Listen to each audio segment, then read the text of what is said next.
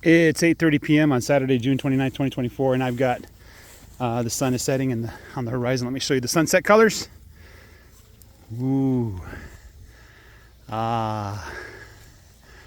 You can just see the sun peeking through the trees there as it crosses the horizon.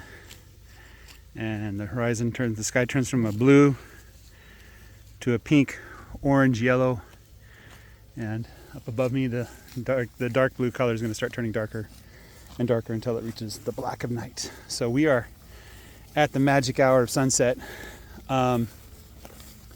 This portion of the pasture is filled with Dallas grass. I just decided to give them the rest of the row. I'll move them to a new row tomorrow afternoon. And I think from here on out, I was thinking about moving them 3 times a day when I kind of stumbled upon the realization that I should be moving them at around noon or 1 o'clock, and then at 6 or 7. And 6, 7, or 8, 7 or 8, right? And that's based on the idea that there's about 14 hours of daylight, 14 hours that they can be grazing. And if I move them at noon or 1, they're going to take advantage of that high BRIX score that the grass has at that time of day. And then if I move them in the evening, I get to enjoy the cool temperatures. If I wanted to move them in the morning and then at noon, I'd have to wake up at like 5 and get out here when it's still pitch black and move them. And that would just be too much. Not really worth it. So I'd rather move them in the evening as the sun sets and the temperature starts to drop a little bit. So right now it's about 92 degrees, 50% humidity. It is warm. It is nice and warm. I don't say it's hot. It's only hot if you think sweating is hot. Sweating is natural. It's part of your body's reaction to warmth. And 92 degrees is below your body temperature, so your body is able to cool off quite easily at such temperatures. Obviously, you won't be comfortable because you'll be sweating and wet, but that's how your body does it, right? It's when you stop sweating in the heat, that's when you have problems. And that's when you might end up in the hospital. But if you're sweating profusely and able to maintain your sanity and you're not feeling like throwing up or you're not dizzy, you don't have headaches, you're probably just fine, right? So that is what I think I'm going to do. Now the noon move, that is in the heat of day, but the one thing I have working an advantage to me is the sun is directly above my head. And so the hat will be extremely useful and providing shade for me and also helping some of the heat to burn off or evaporate off, whatever way you look at it. So anyway, this pasture is mostly filled with tons and tons of Dallas grass. I don't think I had Dallas grass like this last year. You guys can check, go back a year in time and see what it looked like in the eastern part of the northern pasture. And I think this Dallas grass is new, and frankly, it's exciting for me that this grass is really just taking a foothold here. This is a sign to me that other grasses can do the same, that I have the right conditions for growing grass. And so I'm excited about that, and I'm looking forward to what other grasses come. My chief concern is, as always, not to overgraze.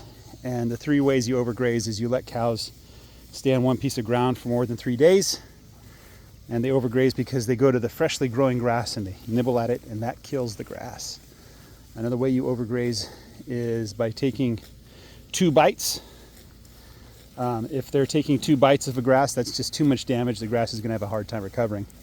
And the 3rd way you overgraze is if you come back too early. So you should wait till you see the tips on the leaves, until you have good growth, and until you're satisfied that should the cows graze, there will be plenty left behind to regrow quickly. And if you meet all 3 of those conditions, then you are probably going to do just fine. When my friend was here, we looked at number 43 together, and we saw that she had a lump on the right side of her neck. And I promised my friend I'd take a look at it and keep an eye on it, and you can see there's still a little bit of a lump, but not much. So it looks like it resolved itself.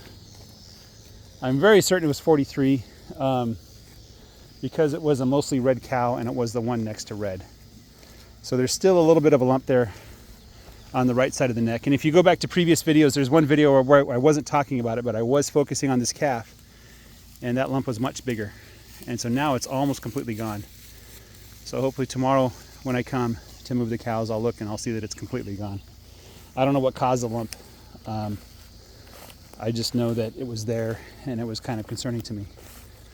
And lastly, rams, you're going to be here for another month, and then I'm going to turn you on the sheep. I think August is the best time to do that. And I got to band the ram lambs to make sure they don't breed.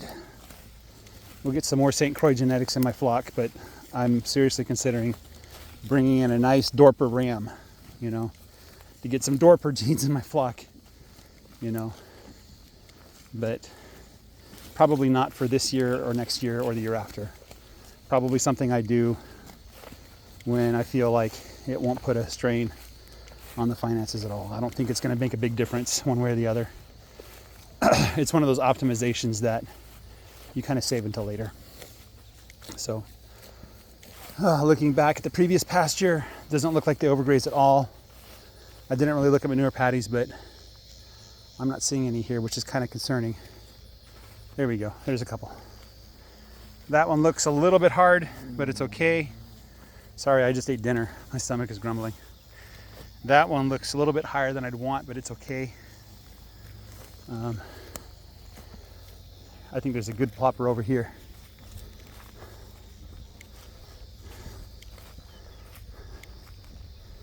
Here we go. That one looks decent.